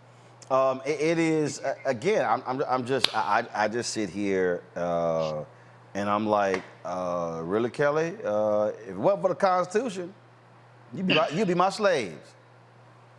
I mean, not only is that factually inaccurate, but I mean, if there was ever a time to backhand someone in an authoritative position, this would be the time. I would eat that suspension and just put my hands on her real quick. Not gonna lie about that. But it also is interesting to me how something like this is remotely acceptable, yet people are still protesting critical race theory being taught in schools. Not that the actual title critical race theory needs to be there, because again, that's a legal concept for really law students, but the notion that Black history is not integrated into American history and history in general of this country, yet behavior like this is acceptable and backed by their history, it's absurd to me and incredibly ass backwards of any educational system to not be a proponent of any type of integrated historical race theory in schools. I feel like something like that would, lessen the chances of events like this happening, because people would be more aware of really what the hell they're talking about, frankly. I don't think so, Makongo. I mean, you got, and here's the deal. She was a teacher. Mm-hmm. She was in, and this is why you got Black folks who go hard at folks saying, no, I don't want them in the classroom teaching my child. Yep. It's real. And going off of what Kelly was saying with the whole critical race theory, we had a Black principal who lost his job a couple of weeks ago over quote unquote critical race theory conversations. And so look, we have to understand, or education and teaching, and we know it was nonsense. We have to understand, however, that first of all, that teacher should have been fired, not just allowed to resign. He should have been fired. That's number one. But number two, we also have to realize that with the rise of educators who are not getting vaccinated, relating it to COVID, and teachers who are disappearing from the classroom, more substitutes are being brought in. And many of them are coming in with this type of mentality. And they're looking at an opportunity to be in front of these kids as an opportunity to throw out some of their racist indoctrination. And they have no real education as it relates to being in front of the classroom at all. And so as tragic as this situation is, I fear that there are going to be more incidents of this where people are going to continue to fight critical race theory when they really should be fighting white preservation theory. And they're going to be coming into these classrooms saying more of this stuff. And if you have the wrong principal who feels like some of this stuff is just fine, it's just jokes, it's just classroom banter, a lot of this stuff is not even going to be reported, and there will be no consequences for some of these teachers, which is why we got to stay vocal and stay on them and make sure that there are consequences. Push back all day, every day. That's what we got to do. It's as simple as that. Folks, we're out of time. I really appreciate all three of you being with us. Don't forget, folks, if y'all want to support us at Roland Martin Unfiltered, please join our Bring the Funk fan club. Cash App, $RM Unfiltered. PayPal is R Martin Unfiltered. Venmo is RM Unfiltered. Zelle is Roland at RolandSMartin.com. Roland at RolandMartinUnfiltered.com. And don't forget, download the Black Star Network app. We have exceeded 17,000 downloads. We are less than 3,000, waiting for 20,000.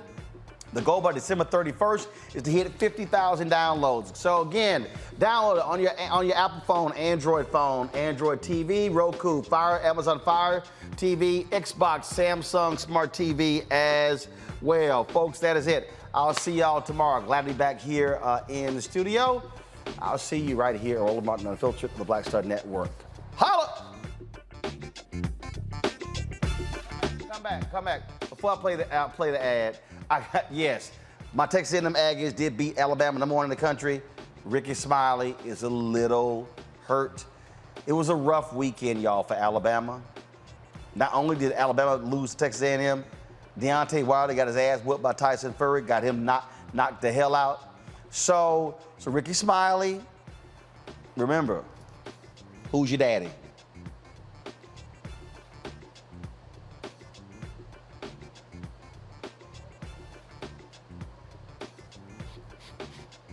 See you tomorrow.